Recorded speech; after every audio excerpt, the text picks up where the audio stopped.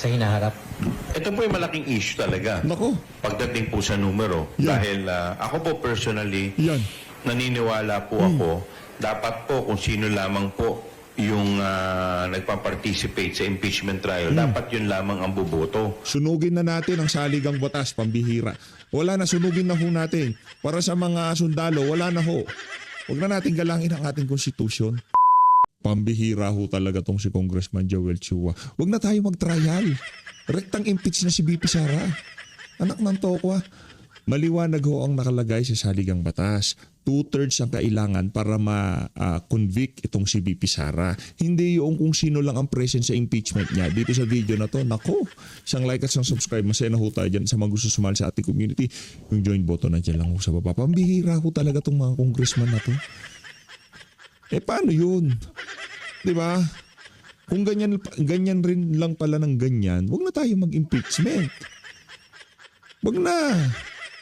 Tanggalin na natin si BP. Diba? Kasi kung ipapakulong yung mga nagtatanong at gumigit na dito sa impeachment na to, kasi sila Tuta Soto, maliwanag pa sa sikat ng araw, impeach si BP Sara kahit ano pang paliwanag ang ilatag niya. Okay? Ngayon, para doon sa mga magtatanong at gusto nilang malaman ang buong katotohanan dito sa skandalo na to, dapat ho pala, pakulong na lang lahat sila. Kasi para wala nang magtanong. Present na lang yung mga ika nga gumugusto na ma-impeach si BP Sara dahil nasasangkot sila dito sa skandalo ng sandamukal na maleta. Dito sa video na to, naku. Nandyan lang ang larawan ni Ping Lacson, ha. Nandyan lang ang larawan ni Ping Lacson. Di ko ba malaman ba't linagay ng gumawa ng video na yan ng larawan ni Senator Ping Lacson. Tanggalin ko nga, ha. Macho ako, lalaki ako, period.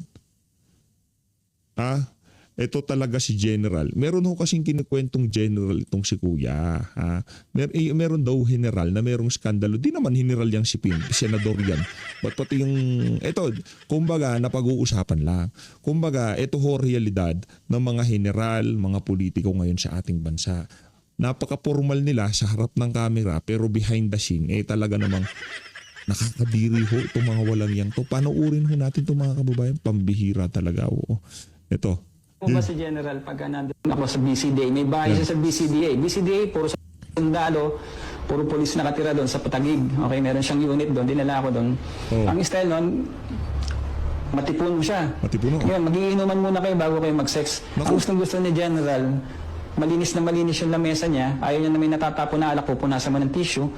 Naku, malinis tong si ano. Merong pagka-OC. Sasalinan mo siya ng black label, iinom. Ngayon ito nakakatawa. Kasi siya ginagalang. Pagdating doon sa kwarto, ito ang sasabihin niya.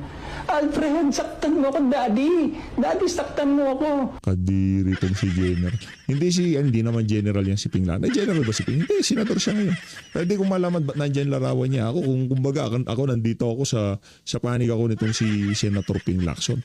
May period yan, pero hindi siya general ngayon. Siya isang senador. Hindi naman siguro si Joel Chua yan kasi congressman yan. Ang sinasabi nitong si Kuya, isang general. Sino kaya yung general na yan? Yan ba yung isa sa mga general na di umano nakatanggap din ng maleta? Pambihira ka, Kuya. Kagatin mo to, hindi po ko. Pambihira naman. Hindi ni General. Daddy, General yun, ha? Yun, isa sa mga, biro mo, grabe. Alam mo, lahat tayo may dark side talaga eh. Matatawa ka sa kanya kasi portrait siya ng isang kagalang-galang na tao, tapos ganun makikita mo. Okay ko. Ako naniniwala ako hindi si Ping Lacson yan, ha. Pinilinaw ko na ho sa inyo. Kung sino man naglagay sa mukha ni Ping Lacson dyan, hindi General si Ping, isa ho siyang senador. Ngayon para linagay nyo yung larawan ni Sen Ping dyan para asarin nyo siya. Hindi yan maaasar. Di ba Sen Ping? Macho ako, lalaki ako, period. Di ba? Tapos na usapan. At hindi rin general itong si Congressman Joel Chua. Mukha lang siyang baklita pero hindi ho siya general. Saktan mo ako, Daddy. Kagatin mo yung nipo, Daddy. Biro mo, General yun, ha? Grabe, no? Dark side ho yan ng mga politiko. Dark side ho yan. Kaya sinasabi ko sa inyo, kung sino yung mga pinaka-formal, umaastang mababait, lalo na dyan mga politiko na yan. Naku, sila pa ho ang merong ika nga ay natatagong sikreto. Rekta ho tayo dito kay Joel Chua. Game. Congressman Luis Ro. Nandito na rin si Coast Guard Rear Admiral J. Tariela. Oh, He si will keep us Tariela. posted on the situation in the West Philippine Sea at present, lalo na sa Baho de Masinloc, na ang China has been reported to deploy 2 research vessels sa Baho de Masinloc.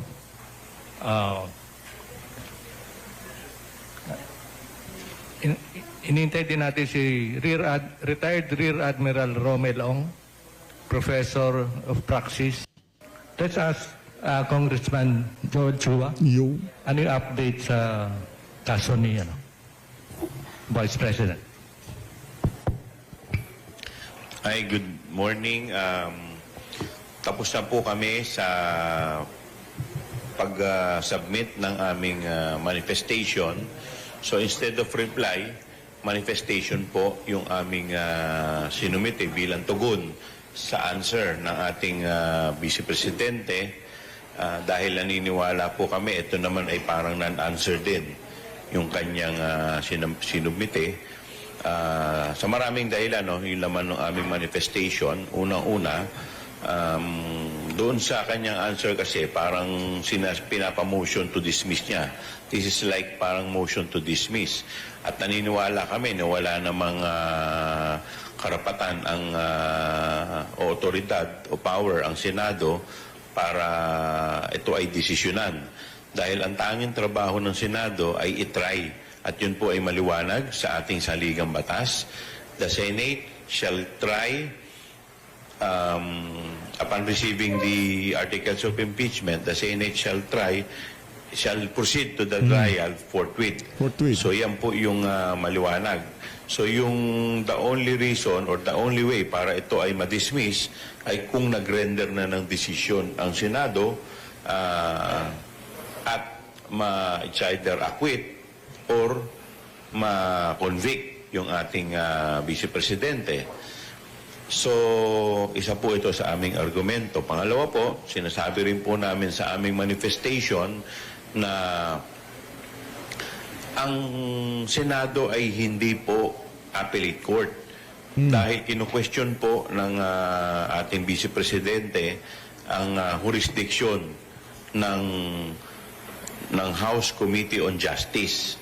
At sinasabi po nila na ito daw po ay walang jurisdiction dito po sa pagtatry Yo. ng impeachment. Maliwanag po sa ating saligang batas na ang House ay may exclusive jurisdiction, may exclusive power to initiate impeachment proceeding. Kung ito naman po ay tutugunan ng Senado o didesisyonan, base po dito sa argumento ng ating Vice Presidente, parang ang nangyayari po, parang sila po ay nagdedesisyon at bilang isang appellate court. Yan. At isa pa po sa mga argumento nila sa kanilang answer ay kino-question nila ang jurisdictional at constitutional proceedings. Alam po ninyo, ito po mga issues na ito ay ni-raise na rin po nila via petition for certiorari and prohibition sa Korte Suprema. So kung ito po ay tutugunan po ng Senado, di parang pinangungunahan pa po nila ang Korte Suprema. Kaya po kami, yan po yung mga sagot po namin sa aming manifestation. Now, nasa estado na po tayo kung saan by Monday due po kami para magsumite ng aming pre-trial brief. At sa June 18, dito na po gaganapin ang pre-trial conference. Ang pre-trial conference po ay hindi po ito covered live by media. So hindi po ito open for public. So ito po ay gaganapin lamang sa Senado kung saan dito po ay magkakaroon po kami ng stipulation of facts, marking of evidence, at dito din po ilalahat yung mga magiging testigo po namin kung sino-sino po. Ito po ginagawa to prevent surprises pagdating na po sa trial proper. At sa July 6, dito na po naka-schedule ang trial proper po sa Senado. So magandang umaga po sa inyong lahat. Kung dun sa pre-trial conference, may we know kung gaano karami yung ipipresentang witness ng prosecution, if you are at liberty to disclose? More or less 25, more or less. Wow. So, po pwedeng mas madagdagan kasi normally may mga reservation po yan. So, for additional witness na sa ngayon ay hindi pa namin na i-consider. So, more or less, yan po yung magiging... pero ang pinakamarami po kasi dyan is yung dalawa, yung sa unexplained wealth at saka dito po sa confidential fund. More or less, kung dun po sa pagdinig ng Justice Committee, nagkaroon na rin ng ideya ang mga mamamayan kung sino yung iba na maaaring maging witness. Pero meron bang inaasahan tayo na malalaking mga pangalan? May mga kinukonsider pa po kami. Pero as of now, hindi pa po namin po pwedeng i-disclose dahil pinafinalize pa lahat ito. But when the proper time comes, siguro i-divulge din po namin. Sino magte-take part dito sa pre-trial? Sino yung participant sa pre-trial conference? Senator, impeachment team? Kami po ang nandoon, yung parte po ng defense, mga defense lawyer po ni Vice President. At kami po, kasama po yung mga private prosecutor. May mga private prosecutor po kami kasama. Yung pong paraan kung paano sinagot nung kampo ni Vice President yung mga charges po sa kanya. At sabi niyo nga po, ang description din ng iba medyo ampaw. At ito rin yung paraan kung paano nila sinagot yung mga nagdaan. Prelude po ba ito na maaring ito yung magiging taktika din nila dun sa actual trial? Siguro ang dahilan kung bakit ganito yung sa kanilang sagot, dahil siguro wala sila may sasagot. So aasa po sila sa mga objection pagdating po sa trial. Kaya nga napakahalaga po kung sino po yung uupo bilang presiding officer. Dahil yun po yung pupukpok ng gavel at magro-rule sa mga objection na gagawin po ng both camps. So, kaya nga po kami, hindi naman po namin hinihingi, nakampihan kami. Ang gusto lamang po namin ay isang maging, ang isang hukom na wala pong pinapanigan, bagkus ang taong bayan. Yun lang po yung gusto namin. Para maipresenta po namin ng maayos ang aming mga ebidensya. Kasi kahit gaano po kabigat ang aming ebidensya, kung ito naman po ay hindi papayagan ng presiding officer o ng mga senator judges. Hello? At ng mga senator judges, magiging baliwala lamang po ang mga ebidensya. Kasi it's either yung senator judge na presiding officer ang magdidesisyon o pwede po niya itong bagsak sa ang pagdidesisyon pwede pong ibigay sa mga senator judges via vote. Hindi pa malinaw sa ngayon kung sino ang pipreside dun sa impeachment trial. Kasi based po dun sa dating rules, pagka ang presidente po ang nililitis sa impeachment, automatic ang Chief Justice. Pag hindi po ang presidente ng Pilipinas, all other impeachable officers like the Vice President, Ombudsman, members of the Supreme Court or Constitutional Commission, ang uupo dun ay yung Senate President. Pero naalala ko po, nung nakaraang o nung huling session po ng Senado, inamyendahan po nila yung kanilang rules kung saan pagbobotohan nila kung sino ang uupo bilang presiding officer. So po pwede pong ikaw yung, pwede pong si Senate President Twin Gatchalian ng Senate President na nare-recognize ngayon, pero hindi siya yung uupo bilang presiding officer. So posible po yun, based po dun sa bagong amended rules. kung mag-insist si Senator Cayetano na siya yung still the Senate President, magkakagulo ba yung pre-trial Well, conference? ito po kasi basta't kami po sa party po namin, sa House at sa prosecution panel, ang nire-recognize po namin ay yung leadership po ngayon ni Senator Win Gatchalian. Siyempre, alangan namang i-recognize niyo yung liderato ni Ispy Cayetano, di ba? Yun ang naratibo ng Malacanang, kaya kailangan sumunod kayo doon. Oh, pambihira. Yung tipong ano kayo kumbaga co-equal kayo mababang kapulungan at mataas na kapulungan. Imbis na sabihin ho nila dito abangan lang natin, hayaan muna natin na resolbahin nila kung ano man ang kanilang sigalit dyan. Pero tayo ay magbabatay kung ano yung nakasulat sa saligang. Hindi ho. Ika nga, yung naratibo ng Malacanang, yun na rin ho ang naratibo ng mga congressman na prosecutor dito sa impeachment ni Vice President Sara Duterte. Yan.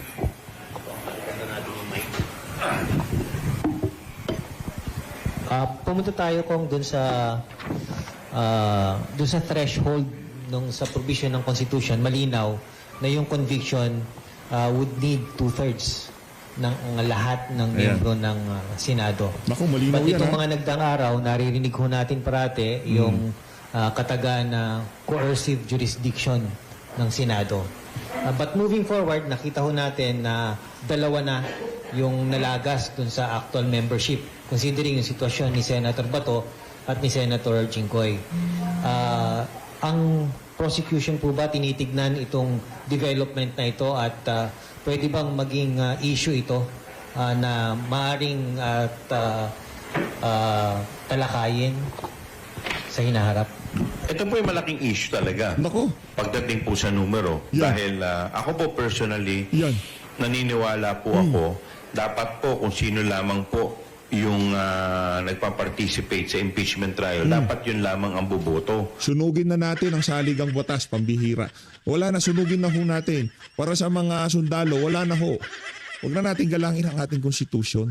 Huwag na natin galangin kung ano nakasulat doon. Ano lang pala feeling lang Kung ano yung sa tingin at feeling ng ibang mga politiko at mga leader natin, yun lang ang masusunod. Wala, huwag na natin. Paano pagka sinabi ni VP Sara, sa tingin ko, feeling ko, dapat makulong kayong lahat ng mga congressman na nasangkot dito sa mga maanumalyang flood control project. Paano pagka biglang nangyari yun? Hindi niya na sinunod na saligang batas na kung saan dapat magkaroon ng due process na hindi binigay kay dating Pangulong Rodrigo Duterte. Sige nga. Kayo talaga, puro kayo kabalbalan. Kaya Tatay Digong, di nyo na nga sinunod ang due process. Dito sa impeachment, nagbabalak pa kayo na hindi sundin ang nakalagay na 2/3, 16 na boto para makonvict si VP. Ngayon, kung sino na lang magpa-participate, gano'n. Tapon na natin, sunugin na natin saligang batas. 1987 Constitution, tapon na natin. Pambihirang yan. Kasi unang-una po, paano ka boboto kung hindi ka naman unang-una nag-participate dito sa impeachment trial? So paano, parang isang huwes, paano po siya mag-render ng kanyang verdict, whether guilty or not, kung hindi naman niya nakita yung mga sinabi ng mga testigo? Pangalawa, Pumusta na lang si Ascuna. Ano sabi ni Ascuna? Yung si former Associate Justice Adolfo Ascuna. Kahit na nakakulong, kahit na wala sa Senado, hindi nakipag-participate, 16 pa rin ang kailangan. Ngayon, pagpipilitan nyo yan, masyado na ho silang halata. Pagka armed forces hindi pa nagsalita dito, malaki ho talaga problema natin, mga kababayan. Baka yung mga boss nila, mga general dyan, na nagpapakagat ng nipol, pambihira, Di ba? Baka pati yung mga general na yun,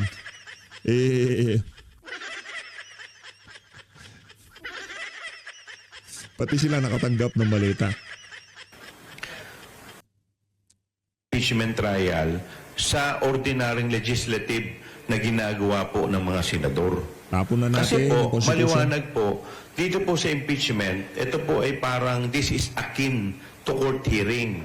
So pag sinabi po natin akin, ibig sabihin pwede po natin itong maikumpara sa mga court hearing kung saan po ang huwes, tinitignan po yung demeanor ng testigo. Kung ito po ay nagsasabi ng totoo, kung ito po ay nagsisinungaling. Parte po ng kanilang pag-render ng kanilang judgment, base po sa mannerism, sa conduct ng testigo na inuupo po sa witness stand. Kaya nga po, pagdating po sa appellate court, ang nagiging issue, kadalasan na po dyan, ang issue na po dyan, issue ng law, batas po. At hindi na po pinakikialaman ng mga appellate court yung issue sa fact. Kasi po, ang sabi po ng mga korte, ng Korte Suprema, hindi po nila pakikialaman ng issue pagdating po sa fact kasi ang best na makaka-ascertain ng mga testigo ay yung korte na nagdinig ng kaso. So, ganun din po dito. Paano po sila boboto kung hindi naman po nila nakita yung testigo, hindi po nila na-assess yung demeanor, hindi po nila nakita at na-assess kung ano yung, kung ito po ay nagsisinungaling o hindi. Sa papaanong paraan po at kanino pwedeng i-raise ang issue na ito, Kong? Well, at the end of the day, sa aking palagay, sa Korte Suprema pa rin to. Punta ka sa Korte Suprema. Siguro, tingnan natin kung po pwedeng i-apply yung quorum. Kasi kung yun ang magiging decision nila, yung sa quorum, at ito, may mga decided cases na dito, sa tingin ko, wala rin naman masama na dapat ito rin ang i-apply pagdating po dito. Kasi paano po yun? Ang basis po ng quorum ay, let's say, sa 22. Di ba? Hindi po sa 24. So, Hindi. Yung base ng quorum sa 22 sa 24 pa rin. Pinagpilitan lang nila yon. Alam mo yan, Congressman Joel Chua. Nung sinusubukang pag-usapan ng rules ng Senado, 12 yung nasa plenaryo, walang quorum. Dahil nga 12 ang dahil nga 24 ang mga senador, yung 12 walang quorum. Dapat 13.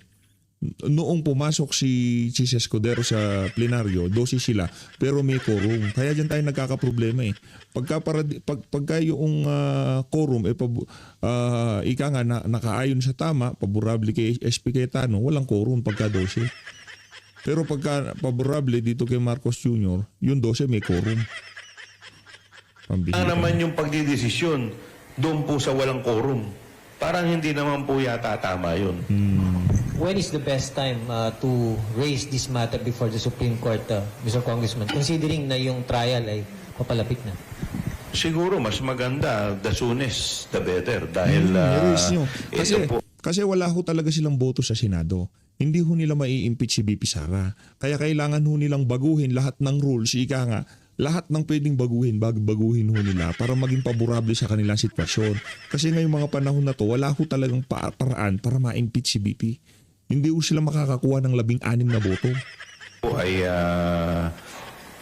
ang trial po, less than a month na lang, magsisimula na.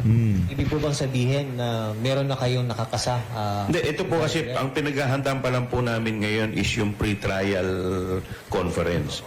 So, ito po, in passing pa lang po namin na pag-usapan. So, wala pa pong definite kung ano po ang gagawin namin dito. Ano yung output ng pre-trial conference? Ano yung output? Yung pre-trial conference po, ang purpose po kasi nito, para hindi na po masayang yung oras ng korte. Kumbaga, yung po pwedeng pagkasunduan na dito para hindi na kailangan patunayan pa pagdating po sa trial. Puntahan po natin yung trial proper, Kong. Meron na pong strategiya yung prosecution kung ano sa mga articles of impeachment ang uunahin po natin talakayin? Meron na po, pero siguro pag-uusapan pa po namin to, ipa-finalize po namin to sa pre-trial conference. Opo. Ang crucial dito yung appearance ni Vice President. Do you think mag-appear siya at all? Or? Yung po ay nasa sound discretion po ng defense. Kung sa tingin po nila na mas makakatulong sa kanila ang appearance ng ating Vice Presidente. So it's a matter of legal strategy on the part of the defense panel.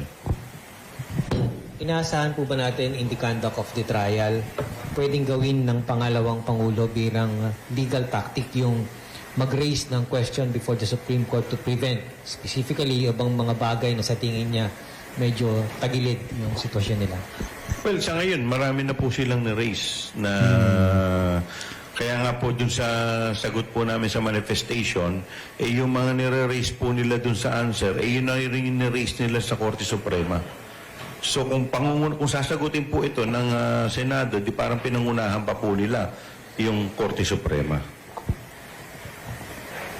So hindi pwedeng mag-raise ang defense na issues before the Supreme Court while the Senate is in session? I think may raise na po sila eh. May mga issue na po sila eh. May mga ni-raise na po sila mga issue doon. I'm talking about, to be more specific siguro, Mr. Congressman, kunyari, tangkain ng prosecution na i-move yung pagbubukas ng bank accounts, kunwari ng pangalawang Pangulo, para makuha yung mga detalye. Nakikita niyo ba na pwedeng gamitin yung ganitong pagkakataon para erase yung opposition naman nila before the Supreme Court? Lahat naman po pwede nilang gawin eh. So, lahat naman po yan pwede nilang idulog sa Korte Suprema. Puntahan po natin yung actual trial. Sa tingin po ninyo, sa normal na paraan, gaano po katagal ang aabutin nito?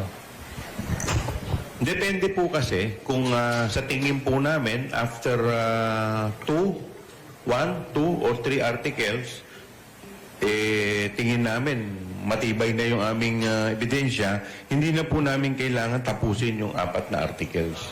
So, ang kailangan lang naman namin ay isang conviction sa article. So, hindi po kailangan convicted sa lahat ng article. So, isa lamang po doon, makonvict po siya, tapos na po yung trial.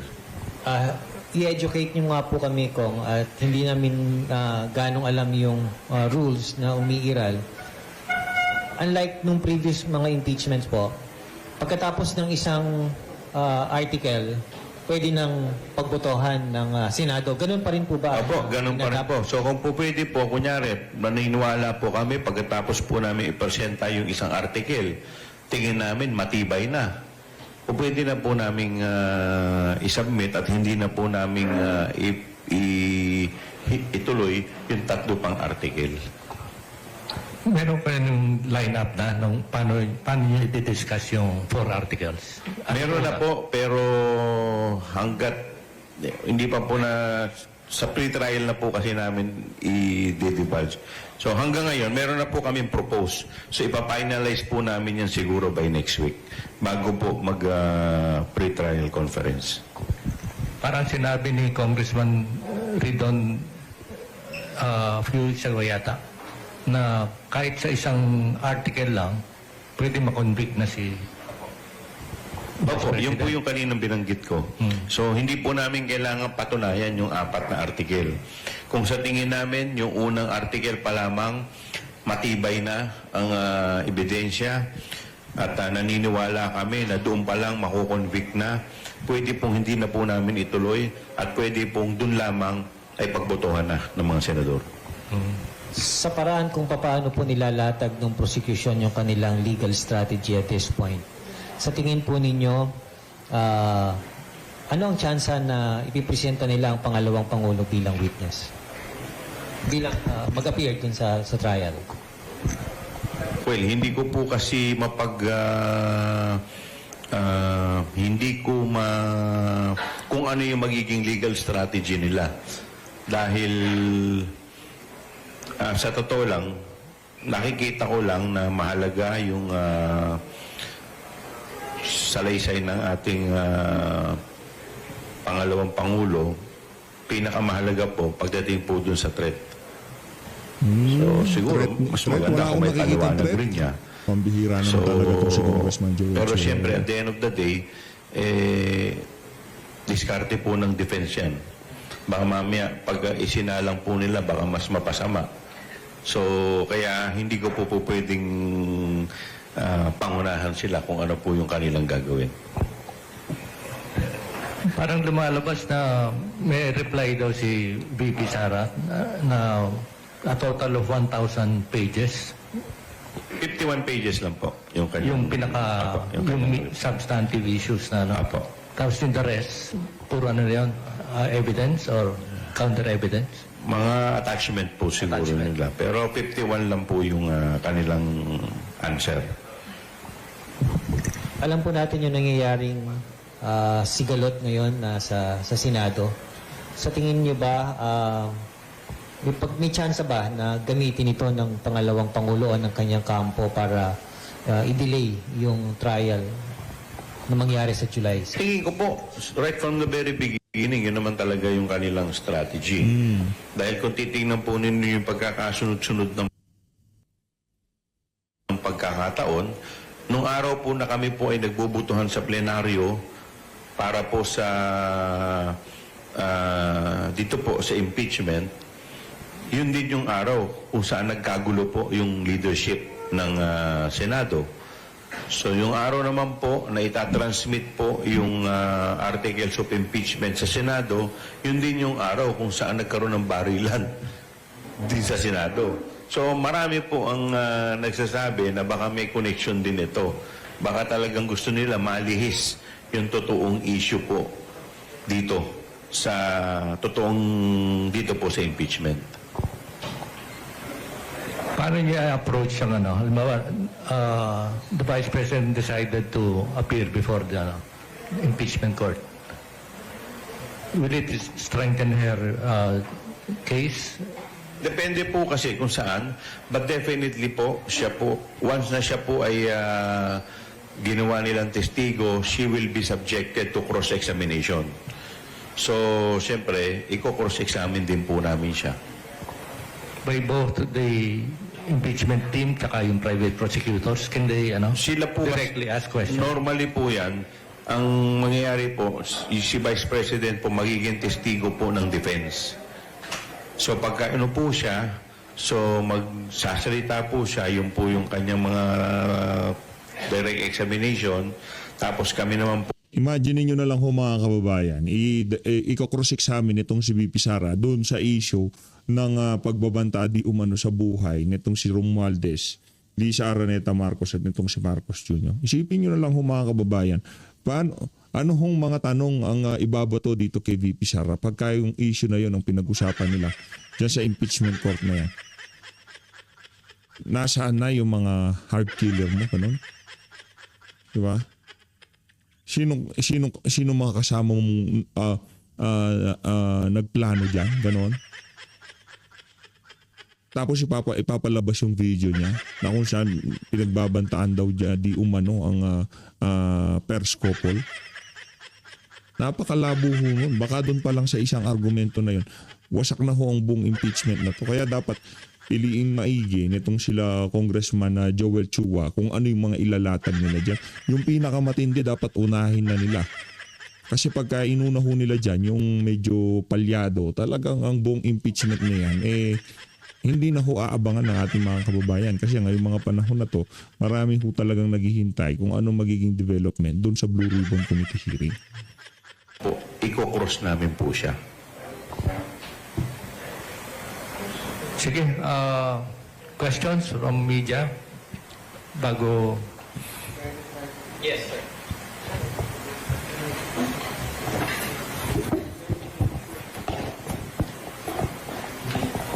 Sir, good morning. Ron Kalunsod, sir, sa Kyodo News, Japanese News. Yung issue on the number of senators na 2/3 to vote, nasabi mo kanina, SC can rule on this. Pwede kaya, hindi kaya yan, sir, na yung Senate impeachment rules ang mag-determine yan, sir? Maganda kung sila po mismo ang mag-determine. But definitely, ako naniniwala, pag yun po ay hindi pabor sa both parties, either party po pwede tumakbo sa Korte Suprema. Okay. Tapos clarify ko rin, sir, yung sa decision, sir, halimbawa, first article yung isasubmit nyo na for resolution by the court. What if their decision would only be to wala yung discretionary na ruling na hindi ka na pwedeng tumakbo sa any public office kasi 'di ba yun yung two penalties yun, sir, 'di ba? Yung isa mandated. Ang prayer po kasi namin dalawa. Ah. Unang-una po removal at yung pangalawang ang pangalawa pong prayer namin is perpetual disqualification from public office. Because we believe lahat naman po ng grounds dito sa articles of impeachment is grave. Malala po. So kaya po perpetual disqualification. Dahil ito pong impeachment na ito ay ginagawa lamang po under circumstances or mga grounds na nakasaad sa ating saligang batas. So you will only rest your case, sir, pag na-achieve yung dalawang prayer na yan, sir? Yun po yung prayer namin. Apo. So normally po yan, pag magdedesisyon, dalawa po magiging desisyon yan. Okay. Thank you, sir. Po, Angela Babad po from PRTV. Sir, tanong ko lang po, since you've mentioned earlier na importante na ma-observe yung demeanor ng witnesses, if the Vice President does not show up when someone, can it be taken against her yung hindi niya pagpapakita sa korte or kailangan talaga para magamit yun against her, she has to stand witness po doon sa trial? Well, kasi ngayon ang burden of proof nasa amin eh. Nasa amin muna yung burden of proof ng pagpapatunay. Diba? So normally ganun naman yan. Ngayon, pag nailatag namin ng maayos yung aming mga ebidensya, so nasa kanila naman ngayon yan. Paano nila i-re-rebat yung mga ebidensya na ilatag namin? So nasa kanila po yan kung sino po ang nais nila magpaliwanag, kung yung Vice Presidente o kung yung mga staff niya o kung sino pa po yun. Thank you, sir. Tapos, sir, doon lang po sa, when it comes to the presiding officer, sir, na-mention po earlier na ang nire-recognize ng House po is the current Senate President Pro Tempore or Acting Senate President Sherwin Gatchalian. Sir, yung pagboto po ba doon sa gagawin nilang pagpapalit ng or possible na pagpapalit ng presiding officer will happen during the trial mismo or will they need a special session for that? Well, hindi ko pa, kasi nung inamend nila yung rules, hindi pa namin nakikita yung kanilang actual rules.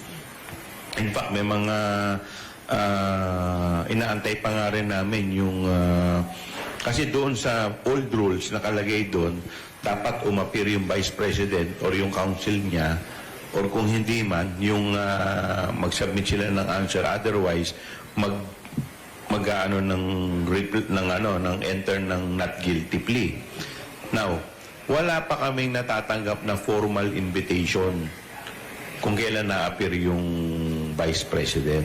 So yun pa rin ang inaantay namin. So kaya nga medyo inaabangan namin kung maglalabas sila ng bagong rules. So sa ngayon, ang binigay pa lamang nila sa amin is yung dito sa pre-trial. Kung ano po yung magiging pag-uusapan sa pre-trial conference. Okay, yun lang po.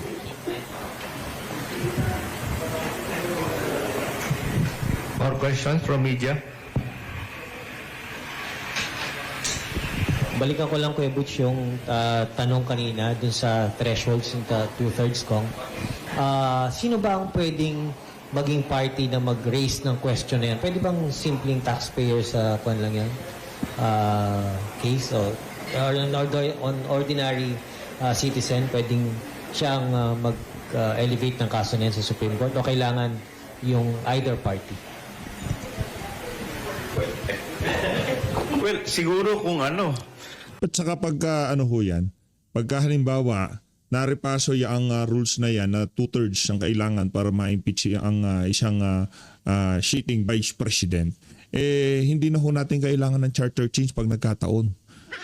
Lahat na lang ng issue idulog natin sa Korte Suprema at hayaan na natin ng Korte Suprema baguhin kung ano man ang nakalagay sa saligang batas. O kung ano man ang hokus-pokus o mahikang gagawin nila dyan. Diba, Biblia natin yan. Biblia ng mga politiko yan. Diba? Yan yung hindi pwedeng mabago kung anong nakalagay sa saligang batas. Kung klaro yan at walang, hindi mo yung tipong, kumbaga kahit yung high school pagka binasa yung mga kataga na nakalagay doon kung ilan yung dapat na boto para ma-impeach ang isang vice president. Kung nakalagay yung doon at napakadaling basahin, wala na ho sigurong dahilan. Wala na ho tayong nakikitang dahilan para magtungo pa sa Korte Suprema para hingin ang kanilang mga punto de vista na kung halimbawa ang isang senador ay nakakulong, meron naman silang kapangyarihan na numbrahan o padaluhin yung kung sino man ang gusto nilang padaluhin dyan sa ano na yan. Di ba may mga nakakulong sa Senado, yung mga resource person? Di ba napapadalo nila? Ano pa kaya't senador? Impeachment? Meron siyang constitutional duty. Di ba? Kaya kaso ang problema, yung senador, si Senator Jinggoy Estrada at hindi nila gugustuhin na magsalita yan sa impeachment ni Vice President Sara Duterte. Kung nagkaroon na ng issue tungkol dyan, dahil baka mamaya pag-uusapan pa nila sa Senado kung paano magiging... Huwag muna natin pangunahan ng mga senador. Pinangunahan mo eh. Yan ang sinasabi ko sa iyo, yari ka niyan kay Tuta Soto. Hayun na nga mga kababayan, dito na natatapusin ang ating reaction video. Maraming salamat sa pag-support sa PH Pig. Maging ato kayong lahat, Pilipinas.